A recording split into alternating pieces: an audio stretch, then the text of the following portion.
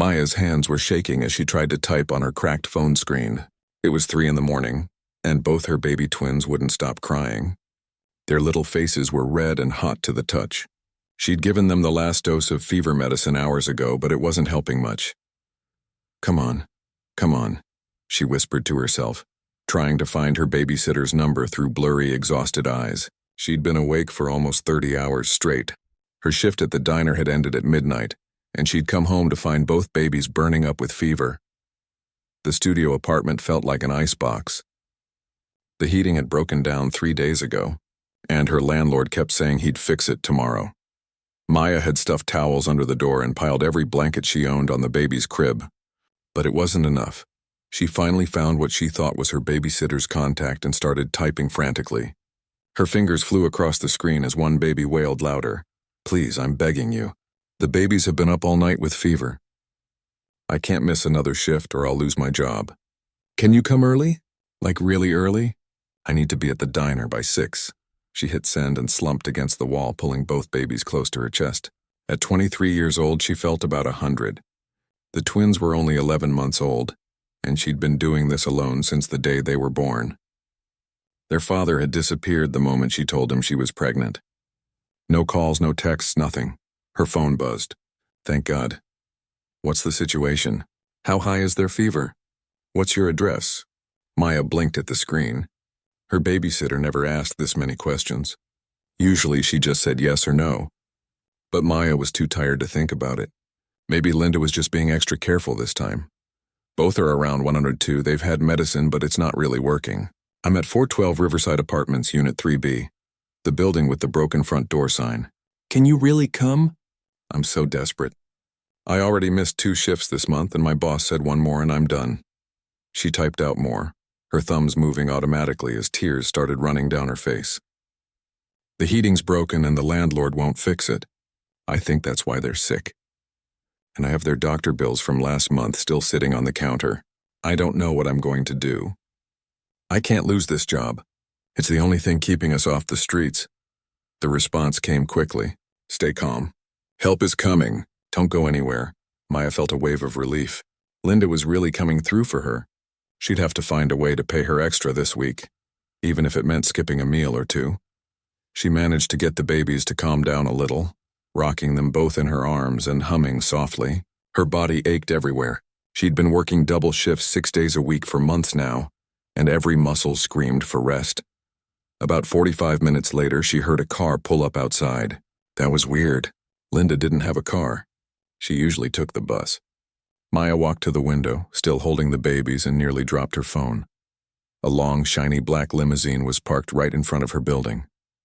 It looked completely out of place on her rundown street, where most cars were held together with rust and hope. She watched as the driver stepped out wearing an actual uniform and opened the back door. A woman in neat blue scrubs emerged, carrying a medical bag. She looked up at the building, checked something on her phone, and headed straight for the entrance. What the... Maya's heart started pounding. This couldn't be for her. This had to be a mistake. There was a knock on her door. A professional, polite knock. Maya opened it slowly, keeping the chain lock on. The woman in scrubs smiled warmly at her. Ms. Rodriguez? I'm Mrs. Chen, pediatric nurse. I'm here for the twins. Maya's brain couldn't process what was happening. I think there's been a mistake. I didn't call for a nurse. I can't afford it. His Chen's smile didn't waver. There's no charge, dear. May I come in? I'd like to examine the babies. They sound quite distressed.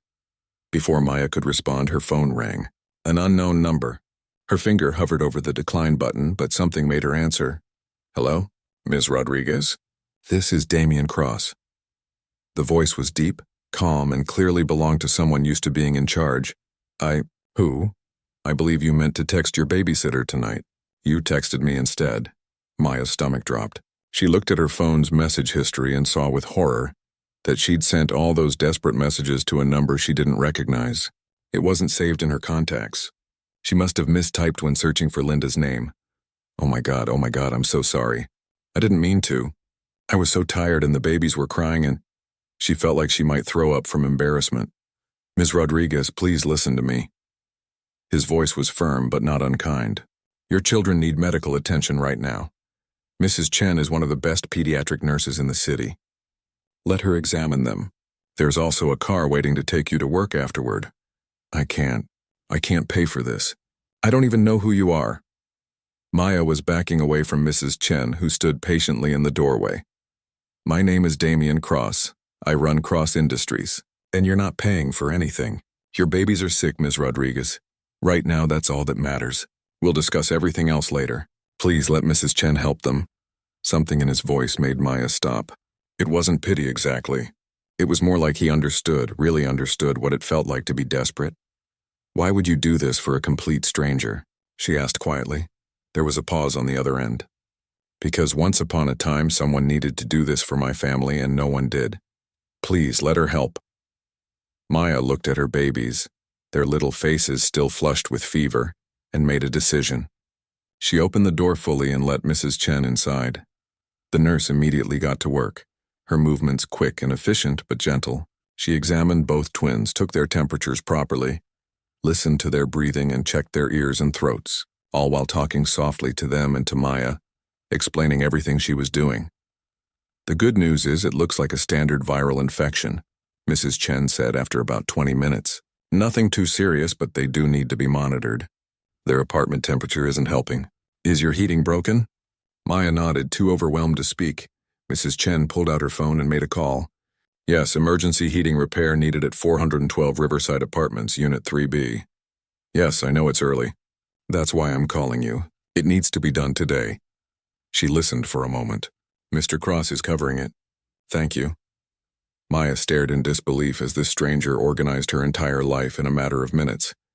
Mrs. Chen gave the babies the right medicine, showed Maya how to keep them comfortable, and promised to stay until she had to leave for work. But Maya started. No arguments, dear. Mr. Cross was very clear. Now you need to get ready for your shift. The car will wait for you.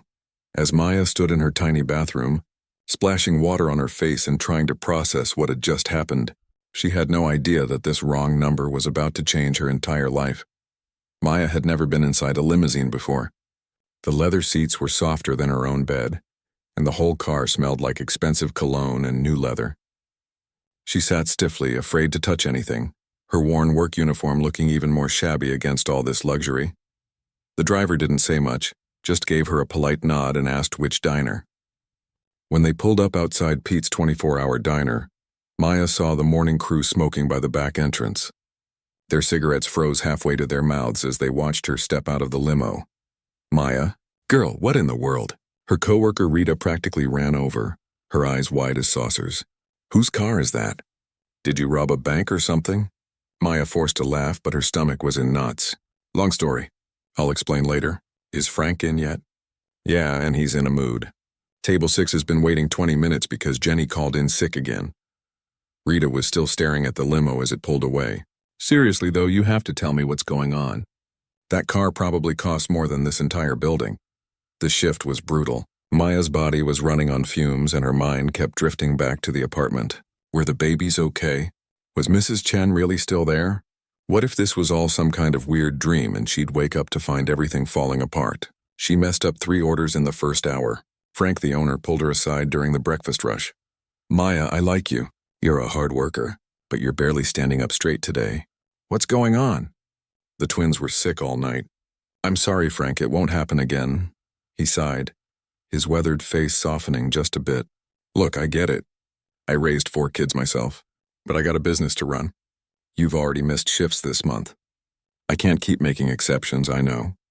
I'm sorry. It won't happen again, I promise. Maya blinked back tears. She couldn't afford to cry at work. The rest of the shift crawled by. Rita kept pestering her about the limo whenever they crossed paths in the kitchen. The cook, old Tommy, made jokes about her sugar daddy. Maya ignored them all, focusing on getting through each order, each table, each hour. By the time her shift ended at 2 in the afternoon, she was practically sleepwalking. She stepped outside and nearly jumped out of her skin when she saw the same black limousine waiting at the curb. The driver rolled down the window. Ms. Rodriguez, I'm here to take you home. This is too much.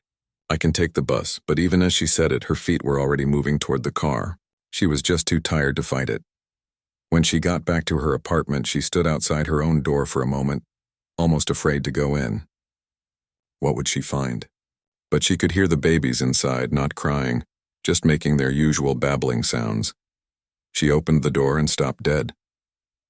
The apartment was warm. Actually warm. She could hear the heating unit humming steadily for the first time in days. Mrs. Chen was sitting on the floor with both twins, playing with some colorful toys Maya had never seen before. The babies looked so much better, their faces back to their normal color, smiling and reaching for the toys. But that wasn't all. Her refrigerator door was slightly open and she could see it was packed with food. Real food, not just the discount bread and peanut butter she usually managed to afford. There were fresh fruits, vegetables, milk, eggs, meat, everything. What? How? Maya couldn't form a complete sentence. Mrs. Chen stood up, dusting off her scrubs. The babies are doing much better. Their fever broke about an hour ago. They've eaten, had their medicine, and had a good nap. The heating repairman came around noon.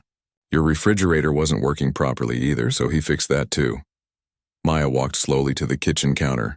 There were bags of groceries still sitting there, along with new bottles, diapers, baby food, and a white envelope. Mrs. Chen, I don't understand. This is too much. This is way too much. The nurse smiled gently. Mr. Cross wanted to make sure the children had what they needed. There's a full medical report here. She tapped a folder on the counter, with instructions for their care over the next few days. Nothing serious, but do keep them warm and give them the medicine as directed. But why would he do all this? He doesn't even know me. I sent him a text by mistake. Mrs. Chen packed up her medical bag, her expression thoughtful. Mr. Cross doesn't usually explain himself to anyone. But when he called me this morning at 4 a.m., which believe me never happens, he said something interesting. He said no child should suffer because their parent is trying to keep a roof over their heads. Those were his exact words. After Mrs. Chen left, Maya sat on the floor with her babies, holding them close and crying. Not sad tears exactly, more like overwhelmed tears. Happy tears mixed with confused tears and scared tears all at once. She opened the white envelope with shaking hands. Inside was a note written in strong, neat handwriting. Ms. Rodriguez, your children are healthy and will recover fully. The heating has been repaired and should work properly now. Please don't worry about any costs. No child should suffer because their parent is working to provide for them. If you need anything else, my direct number is below. Damien Cross below. The message was a phone number. Maya stared at that number for a long time. Part of her wanted to call right away and demand to know what he wanted in return. Nobody did things like this without wanting something back. But another part of her, the exhausted mother part, was just grateful. Grateful that for one day someone had helped carry the weight. She looked around her apartment. It wasn't much. Just a small studio with peeling paint and a bathroom where the sink leaked. But right now it was warm. Her babies were healthy and playing happily. Her fridge was full, and for the first time in almost a year she felt like she could actually breathe. But that feeling didn't last long. Because Maya knew how the world worked. She knew that nothing came free, especially not help from billionaire CEOs. There had to be a catch. There was always a catch. She picked up her phone and stared at the number he'd written. Her pride was screaming at her to call him and figure out how to pay him back. She couldn't be in debt to some rich stranger, no matter how kind he seemed. She'd worked too hard to stand on her own 2 feet to become someone's charity case now. Her finger hovered over the number. Call him or not? Thank him or tell him she didn't need his help? Before she could decide, her phone rang. It was the same number from this morning. He was calling her. Maya's heart jumped into her throat. She answered, trying to keep her voice steady. Hello?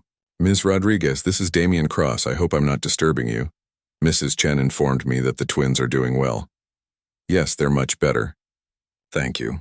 But Mr. Cross, I need to talk to you about all of this. The food, the repairs, everything. I can't accept all this without knowing what you expect in return. There was a pause. I don't expect anything in return. With all due respect, sir, nobody does something like this without wanting something. So please just tell me what you want. Do I owe you money? Do you need me to sign something? I just need to know what this is really about. Another pause, longer this time. When he spoke again, his voice was different, quieter. Ms. Rodriguez, would you be willing to meet me for coffee tomorrow? I think we should have this conversation face to face. There's something I'd like to discuss with you, but it's not what you're thinking. I promise you that. Maya looked at her babies, then at the full refrigerator, then at the heating unit that was actually working. Whatever this was, she needed to know. She needed to understand what she'd gotten herself into by sending that wrong text message. "Okay," she said finally. "Coffee tomorrow, but somewhere public. And I'm bringing my friend." She heard what might have been a small laugh on the other end. "That's smart. Tomorrow at 2 at the corner cafe on 5th Street. And Ms. Rodriguez? Bring whoever makes you feel safe. I'm not here to hurt you or trap you. I just want to talk." After he hung up, Maya sat there holding her phone, wondering what on earth she'd just agreed to. Rita was going to lose her mind when Maya asked her to come along. But there was no way she was meeting this mysterious billionaire alone. One thing was certain, though. Her life had taken a very strange turn, and she had a feeling things were about to get even stranger. Rita was pacing back and forth outside the corner cafe, her heels clicking against the sidewalk. She'd worn her best outfit, a bright red dress that she usually saved for dates, and had done her makeup like she was going to meet the president. "Girl, I still can't believe this is real. An actual billionaire wants to meet you. Do you know how crazy this sounds?" Rita checked her lipstick in her phone camera for the 3rd time. Maya adjusted the twins in their stroller, feeling completely out of place in her only nice shirt, a simple blue blouse she'd bought from a thrift store 2 years ago. "I know it sounds crazy. That's why you're here. If he tries anything weird, we leave. If he tries anything weird, I'm recording it and selling the story." Rita was half joking, but Maya could tell she was nervous too. They walked into the cafe and Maya spotted him immediately. Damian Cross sat at a corner table and he looked nothing like she'd imagined. She'd pictured some old guy in an expensive suit, maybe with slicked back gray hair and a cold expression. But Damian looked younger than she expected, maybe mid-30s, wearing just a simple black sweater and jeans.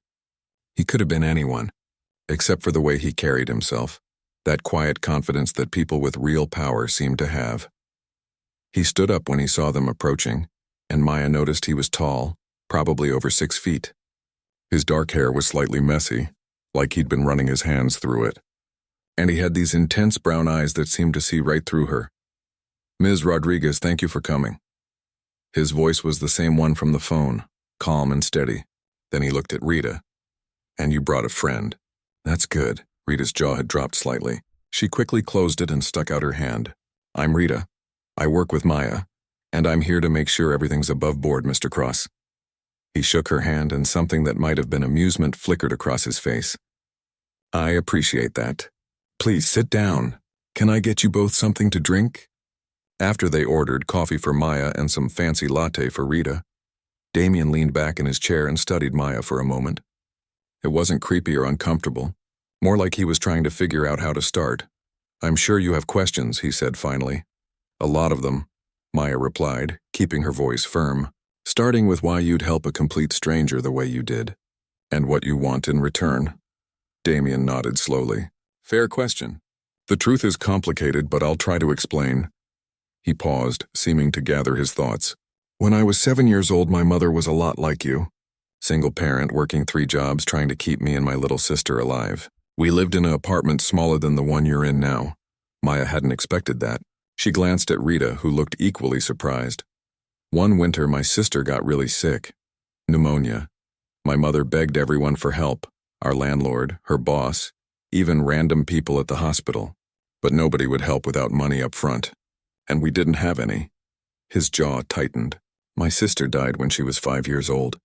In our apartment. Because we couldn't afford a doctor." The cafe suddenly felt too quiet. Maya's hand instinctively went to her stroller, touching her babies to make sure they were still there. "Mr. Cross, I'm so sorry," she said softly. "Damian. Please call me Damian." He looked directly at her. "When I got your text message at 3 in the morning, talking about your sick babies and broken heating and being afraid of losing your job, it was like reading something my mother might have written 25 years ago. And I realized I could do what nobody did for us. I could help. But the groceries, the repairs, all of that, it must have cost thousands. You don't even know me. Money isn't the issue, Maya. Can I call you Maya?" He waited for her nod. "I have more money than I could spend in 10 lifetimes. What I don't have is the ability to go back and save my sister, but maybe I can help someone else's children. Maybe that counts for something." Rita had gone unusually quiet, her latte forgotten in front of her. Maya felt tears stinging her eyes but blinked them back. "Okay," Maya said carefully. "I understand why you helped, and I'm grateful. More grateful than you could know. But you said you wanted to discuss something. What is it? Damien pulled out a tablet from the bag beside him and set it on the table. My company, Cross Industries, we make technology. Apps on software, that kind of thing. For the past year, I've been developing a program to help working parents. Affordable childcare networks, emergency support systems, job flexibility programs. Things that could have helped my mother. Things that could help people like you. He swiped through some screens on the tablet, showing them charts and plans. The program is almost ready to launch. But here's the problem.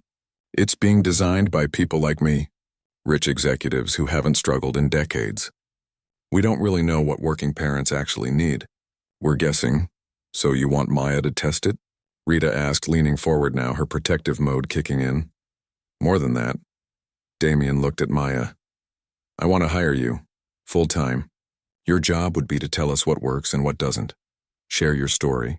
Help us understand the real problems, test every feature we create. Be the voice of the people we're trying to help. Maya's brain short-circuited. You want to hire me? To do what exactly? I'm a waitress. I didn't even finish college. You're a single mother who's kept 2 babies alive and healthy while working double shifts and living in a place with broken heating. You've managed money so tight that most people couldn't survive a week in your situation. That's not something you learn in college, Maya. That's real expertise. What's the salary? Rita asked bluntly, because Maya seemed too shocked to speak. Damien named a figure that made both women's eyes go wide. It was more than Maya made in an entire year at the diner. Just for 3 months of work. That's insane, Maya whispered. Nobody pays that much for just talking about your life. Companies pay millions for consultants who know far less than you do about the people we're trying to reach. This isn't charity, Maya. This is business. A good business decision. Your perspective is valuable. Maya's mind was racing. With that kind of money, she could catch up on every bill. She could move to a better apartment. She could take the babies to a real doctor for checkups, not just the free clinic. She could breathe. But something felt off. What's the catch? There's always a catch. Damien smiled slightly, the first real smile she'd seen from him. The catch is that it'll be hard work. You'll be in meetings with executives who don't always want to hear that their ideas are terrible. You'll have to be on camera sometimes, doing interviews, telling your story to strangers. And the media might get interested in you, which can be uncomfortable. And? Maya pushed. What else? He met her eyes steadily. And I'll be involved. Personally, this project matters to me. Which means you'll be working directly with me. Probably several times a week. If that makes you uncomfortable, I can assign someone else to be your main contact. But I'd prefer to be involved. Rita kicked Maya under the table, clearly trying to signal something. Maya ignored her. Why do I feel like there's something you're not saying? Damien was quiet for a moment. Because you're smart, and you've learned not to trust things that seem too good to be true. That's fair. Here's what I'm not saying. This will change your life. Not just the money, but everything. You'll be in the public eye. People will know your story. Your ex might even come around when he hears you're doing well. Your whole world will shift. So before you say yes, you need to be sure you're ready for that. Maya looked down at her babies, sleeping peacefully in their stroller. She thought about the diner, about Frank's warnings, about the stack of bills on her counter. She thought about her sister and what could have been if someone had helped them. I need some rules, Maya said finally.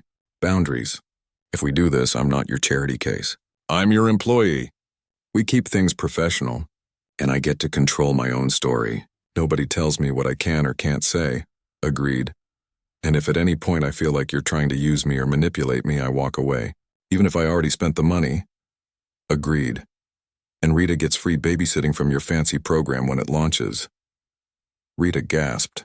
Maya, you don't have to. Absolutely agreed, Damien said, and this time his smile was genuine. Maya took a deep breath. Then okay, I'll do it. 3 months. We'll see how it goes. They shook hands across the table and Maya felt like she was stepping off a cliff, not knowing if she'd fly or fall. But for her babies, she'd take the risk. What she didn't know was that Damien was taking a risk too. Because somewhere in the past few days, between the desperate text message and this moment, he'd started to care. Not just about helping someone in need, but about her specifically. And that scared him more than any business deal ever had. 3 months flew by faster than Maya could have imagined. Her life had transformed in ways that still didn't feel quite real. She'd moved into a decent 2-bedroom apartment with working heat, and a kitchen that didn't smell like mold. The twins had their own room, painted a soft yellow with actual furniture instead of the makeshift setup she'd cobbled together before. But the biggest change was the work itself. Maya had thrown herself into the project with everything she had. She sat in board meetings with executives in $1,000 suits, and at first they'd looked at her like she didn't belong there. But Damien had made it clear from day one that her voice mattered. When she said an idea wouldn't work for real working parents, he listened, and slowly the others started listening too. Today was special, though. It was the twins' first birthday party, and Maya had actually been able to plan something nice. Nothing crazy, just a small gathering at her new apartment with Rita, a few neighbors and some of the support staff from cross industries who'd become friends over the past months. She was frosting the smash cakes when there was a knock at the door. She wasn't expecting anyone else, but when she opened it, Damien stood there holding 2 enormous wrapped boxes that looked ridiculously expensive. "You came," Maya said, surprised. She'd invited him, but she honestly hadn't expected him to show up. "Of course I came. I wouldn't miss this." He walked in, and Maya noticed he was wearing jeans and a casual shirt instead of his usual work clothes. He looked more relaxed than she'd ever seen him. "Damien, please tell me you didn't spend a fortune on baby gifts." "They're one. They'll be just as happy playing with the boxes," he grinned. "Then they can play with the boxes." But I saw these and thought of them. The party was actually fun. The twins smashed their cakes with pure joy, getting frosting absolutely everywhere. Rita took about 1,000,000 photos. And Damien, the billionaire CEO, sat on Maya's living room floor playing peekaboo with the babies, not caring that he was getting cake in his hair. "You're good with them," Maya said, sitting down next to him after most of the guests had left. Rita was in the kitchen cleaning up, giving them some space. "They're easy to be good with. They don't care about quarterly reports or stock prices." He wiped some frosting off his sleeve. "They just want someone to pay attention to them." One of the twins, little Sophia, crawled over to Damien and pulled herself up using his leg. She looked up at him with those big brown eyes and said something that sounded almost like "dada." Maya's heart skipped. She's just babbling. She doesn't, but Damien had gone very still. He carefully picked up Sophia, holding her like she was made of glass. "Hey there, little one." His voice was soft, almost gentle in a way Maya had never heard before. Sophia grabbed his nose and laughed, and something in Damien's expression cracked open. For just a moment, Maya saw past the confident CEO to someone who looked almost vulnerable. The moment was interrupted by Maya's phone ringing. She glanced at the screen and her blood ran cold. It was a number she hadn't seen in over a year, a number she'd hoped she'd never see again. "I need to take this," she said quietly, stepping into her bedroom and closing the door. "Hello? Maya, it's Carlos." Just hearing his voice made her angry. Carlos, the twins' father, who'd disappeared the moment she told him she was pregnant, who'd ignored every message, every call, every plea for help. "What do you want, Carlos? I saw you on the news. Some interview about that program you're working on. You looked good, real good. And the babies, they're so big now, you don't get to call them that. You gave up that right when you walked away." Maya's hand was shaking. "Come on, Maya, don't be like that." "I made mistakes, okay?" "I was young and scared. But I'm ready now. I want to meet my kids. Be a father to them. You want to meet them, now, after seeing me on TV talking about the program?" Maya's voice rose despite herself. "This isn't about the babies, Carlos. This is about the fact that I'm not struggling anymore. This is about money. That's not fair. I have rights, Maya. They're my kids too. Where were your rights when I was living in a freezing apartment working 16-hour shifts? Where were your rights when they were sick and I had no one to help me? You don't get to show up now that things are better and pretend to be their father. I'm getting a lawyer, Maya. I'm serious. I want custody. Shared custody, at least." The call ended and Maya stood there shaking, tears streaming down her face. She'd known this might happen. Damien had even warned her.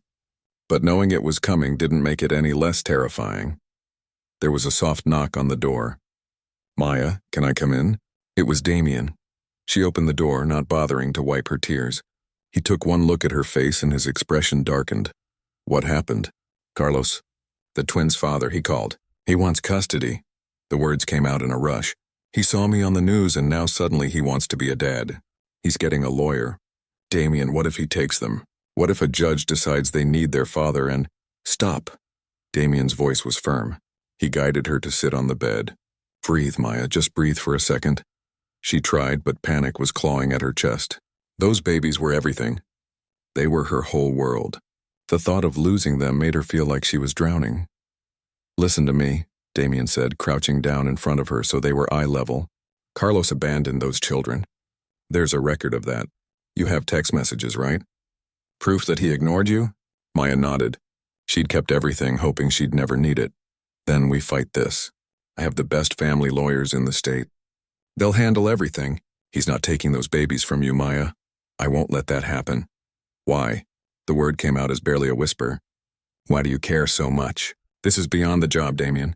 This is my personal life. You don't owe me this. He was quiet for a long moment, still crouching in front of her. When he spoke, his voice was rough. Because somewhere over the past 3 months, you stopped being just an employee. You and the twins, you became important to me. More important than I planned on, Maya's breath caught. Damien, I know we said professional boundaries. I know this complicates everything. But I can't watch you cry and pretend I don't care. I can't watch someone threaten your family and not do everything in my power to stop it. He ran a hand through his hair, looking frustrated with himself. Sophia called me Dada today, and instead of correcting her, all I could think was that I wished it was true. The room felt too small suddenly, too full of words that couldn't be taken back. I have twins. I'm a single mother with more baggage than any person should have. I work for you. This is complicated in about 50 different ways, Maya said. I know. Your board of directors would lose their minds. The media would tear us apart. They'd say you're taking advantage of me, that I'm using you for money. I know. Then why are you telling me this now? Damien stood up, pacing across her small bedroom. Because I'm tired of pretending. Because when I'm in meetings, I'm thinking about you. When I'm working late, I wonder if you got the twins to bed okay. When I saw Carlos's name on your phone, I wanted to track him down and... He stopped himself. This isn't how I planned to tell you any of this. Maya stood up too, her tears drying as something else took their place. Not panic this time, something that felt dangerously close to hope. What exactly are you saying, Damien? He turned to face her, and the look in his eyes was intense enough to make her heart race. I'm saying that I'm falling for you, Maya Rodriguez. I'm falling for your strength and your fire and the way you love those babies. I'm falling for the way you challenge me in meetings and don't care that I'm supposedly some important CEO. I'm falling, and I don't know how to stop. Who says you have to stop? The words were out before Maya could think them through. Rita's voice came from the living room. Hey, I'm heading out. Sophia and Lucas are asleep in their cribs. I'll just show myself out. You two take your time in there. The door closed and they were alone. Really alone. We should talk about this properly, Damien said. Set boundaries. Figure out how to handle the work situation. Do this right. Yeah, we should definitely do that, Maya agreed. Neither of them moved. Tomorrow, Damien said. We'll figure it all out tomorrow. Tomorrow, Maya echoed. And then somehow they were standing close enough that she could feel the warmth of him. Close enough that when he slowly reached up to brush a tear from her cheek, she could see the question in his eyes. The one asking if this was okay, if she wanted this too. She answered by closing the distance between them. The kiss was soft at first, tentative, like they were both afraid of breaking something precious. But then it deepened, and Maya felt 3 months of tension and unspoken feelings pour into it. When they finally pulled apart, both breathing hard, Damien rested his forehead against hers. We're really doing this? He asked. I guess we are, Maya whispered back. But Carlos, we'll fight him together. I promise you, Maya, you're not alone anymore. And for the first time in her entire life, Maya actually believed it. The courtroom was cold and sterile. Nothing like the warm apartment Maya had worked so hard to create for her babies. She sat at the table next to Damien's lawyer, a sharp woman named Ms. Patterson who'd assured her they had a strong case. But Maya's hands wouldn't stop shaking. Carlos sat on the other side of the room with his own lawyer, wearing a suit that looked brand new. He'd cleaned up well, cut his hair, shaved. He looked like a completely different person from the guy who'd told her he wasn't ready for kids and walked out of her life. The past 2 months had been a nightmare. Carlos's lawyer had painted Maya as someone who'd gotten involved with a wealthy man and was now living above her means. They'd implied she was an unfit mother, that the babies needed a stable 2-parent home. It made Maya sick. But worse than the legal battle was watching Damien deal with the fallout. His board of directors had called emergency meetings. Several investors had threatened to pull out. Claiming his relationship with Maya showed poor judgment. The business news sites ran headlines like CEO's charity case turned romance and billionaire's new girlfriend, gold digger or real love. Maya had offered to end things to make it easier for him. They'd been sitting in his office late one night and she'd said, "This isn't worth losing your company over." Damien had looked at her like she'd suggested he cut off his own arm. "You think I care more about those people than I care about you and the twins? Maya, I've spent my whole life building a company, and none of it means anything if I lose you." Now, sitting in the courtroom, Maya felt him reach over and squeeze her hand under the table. He'd wanted to sit next to her, but Miss Patterson had advised against it. "Let's not give them more ammunition," she'd said. The judge, an older woman with gray hair and tired eyes, looked over the paperwork. "This is a custody hearing regarding Sofia and Lucas Rodriguez. Mr. Torres is seeking shared custody of his biological children." Carlos's lawyer stood up. "Your Honor, my client acknowledges he made mistakes in the past, but he's turned his life around. He has a steady job now, a stable apartment. He's ready to be a father to his children. Every child deserves to know their father." The lawyer went on, talking about Carlos's rights, about how he'd been young and scared, about how he wanted a second chance. Maya felt her stomach turn. Then it was Ms. Patterson's turn. She stood up calmly and pulled out a thick folder. "Your Honor, I have here documented evidence of Mr. Torres's absence from these children's lives. Text messages from Ms. Rodriguez begging for help when she was pregnant. Medical bills she had to handle alone. Records showing she worked double shifts to keep a roof over their heads while Mr. Torres was completely absent. She presented everything methodically. Every text Maya had sent that went ignored. Every time she'd called and he'd declined. The birth certificates where he'd refused to sign. The first year of the twins' lives where he hadn't sent a single dollar or even asked how they were doing.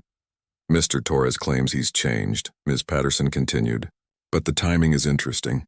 He showed no interest in these children until Ms. Rodriguez appeared on television, discussing her work with Cross Industries. Until it became clear she was no longer struggling financially." "That's not a father, Your Honor, that's an opportunist," Carlos's lawyer objected, but the judge held up her hand. "I'll hear from Ms. Rodriguez now." Maya's legs felt like jelly as she stood up. She'd practiced what she wanted to say 100 times, but now all the words seemed to disappear. "Your Honor, I'm not trying to keep the twins from their father because I'm angry or vindictive. I'm trying to protect them." Her voice shook, but she pushed on. "For the first year of their lives, I did everything alone. I held them when they cried at 3 in the morning. I worked until my feet bled so they could have formula and diapers. When they got sick, I was the one who stayed up all night making sure they kept breathing." She looked at Carlos and he had the grace to look away.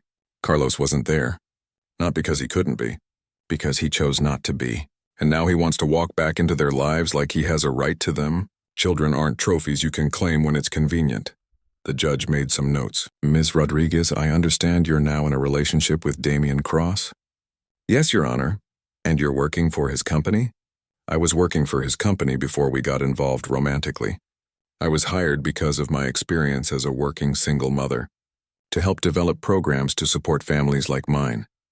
Mr. Torres's lawyer has suggested this relationship might not be in the children's best interest, that it happened very quickly and might be unstable." Maya felt Damien tense behind her, but she kept her voice steady. "What's not in their best interest is letting someone back into their lives who abandoned them once and might do it again. Damien has been there for us. He's been more of a father to Sofia and Lucas in the past few months than Carlos ever was." The words hung in the air. Carlos's face went red. Then something unexpected happened. Damien stood up. "Your Honor, I know I'm not supposed to speak, but I need to say something." The judge looked surprised but nodded. "Go ahead, Mr. Cross." Damien walked to the front and Maya could see every eye in the courtroom on him. He commanded attention without even trying. "I'm not the twins' biological father. I met Maya by accident, through a text message sent to the wrong number. But over the past several months, I've fallen in love with her and with those 2 babies. I've been there for their midnight fevers and their first steps. I've changed diapers and read bedtime stories." Sophia's first word sounded like "dada," and she was looking at me when she said it. His voice cracked slightly and Maya felt tears streaming down her face. "I don't care what the tabloids say about us. I don't care if my board thinks I'm making a mistake. Those children have a mother who would walk through fire for them. And they have me, someone who loves them like they're my own. What they don't need is someone who shows up only when there's something to gain. He turned to look at Carlos. You want to be their father? Prove it. Not in a courtroom with lawyers, but in real life. Show up every day. Put them first even when it's hard. That's what being a parent means. The courtroom was silent. Even Carlos's lawyer seemed at a loss for words. The judge looked between everyone for a long moment. Then she spoke. I've reviewed all the evidence. Mr. Torres, you have biological rights, but you also have responsibilities you failed to meet. The fact that you only pursued custody after Ms. Rodriguez's circumstances improved is concerning. Carlos stood up. Your Honor, I'm not finished. The judge's voice was firm. I'm granting primary custody to Ms. Rodriguez. Mr. Torres, you'll have supervised visitation rights 2 hours every other week for the next 6 months. After that period, we'll review the situation. If you prove yourself to be consistent and genuinely interested in these children's well-being, we can discuss expanded visitation. But for now, the children's stability comes first. Maya nearly collapsed with relief. Damien was beside her in an instant, holding her up. Carlos stormed out of the courtroom without a word. His lawyer quickly followed. Outside, in the bright sunshine, Maya finally let herself breathe. Rita was waiting with the twins, and when Sophia and Lucas saw Maya, they both reached for her, making happy baby sounds. Damien picked up Lucas while Maya held Sophia, and for a moment they just stood there, a makeshift family that had come together in the strangest way. It's over, Maya whispered. No, Damien said, smiling at her. It's just beginning. 6 months later, Maya stood in front of a mirror in a simple white dress. It wasn't fancy or expensive, but it was perfect. Rita was fussing with her hair, dabbing at her own eyes with a tissue. I can't believe you're actually marrying him. This is like a fairy tale. Fairy tales don't include custody battles and boardroom fights, Maya laughed. This is better than a fairy tale. This is real. The wedding was small, just close friends and family. The twins were there, dressed in matching outfits, babbling happily as they played with their toys. When Maya walked down the aisle, she wasn't thinking about the fancy venue or the expensive flowers Damien had insisted on. She was thinking about a desperate text message sent to the wrong number at 3 in the morning. A mistake that had changed everything. Damien was waiting at the altar, and when she reached him, he was crying. Actually crying. The billionaire CEO who commanded boardrooms and made million-dollar decisions was crying, because she was about to become his wife. I love you, he whispered as they held hands. I love you, too, she whispered back. The program they'd built together had officially launched a month ago. The Family Support Initiative was helping thousands of parents across the country, providing child care, emergency funds, and job flexibility. Maya was now the director, telling her story to inspire others and designing programs based on real needs. She'd come a long way from that cold studio apartment with broken heating. But sometimes late at night when she was putting the twins to bed in their beautiful nursery, she'd think about that desperate moment when she'd sent that text. How scared she'd been, how alone she'd felt. And then Damien would appear in the doorway, leaning against the frame with that soft smile he only ever showed them. And she'd realize she wasn't alone anymore. She had a partner. A true partner who'd chosen her and the twins not because he had to, but because he wanted to. Sophia and Lucas took their first steps toward Damien during the wedding reception, and everyone cheered. He scooped them both up, spinning them around as they squealed with laughter. Maya stood back and watched her family, her real family, and thought about how one wrong number had led to everything right. Sometimes the best things in life come from the most unexpected places. Sometimes a mistake is really just destiny wearing a disguise. As the sun set on their wedding day, with the twins asleep in their stroller and Damien's arm around her waist, Maya finally understood what it felt like to be truly, completely home.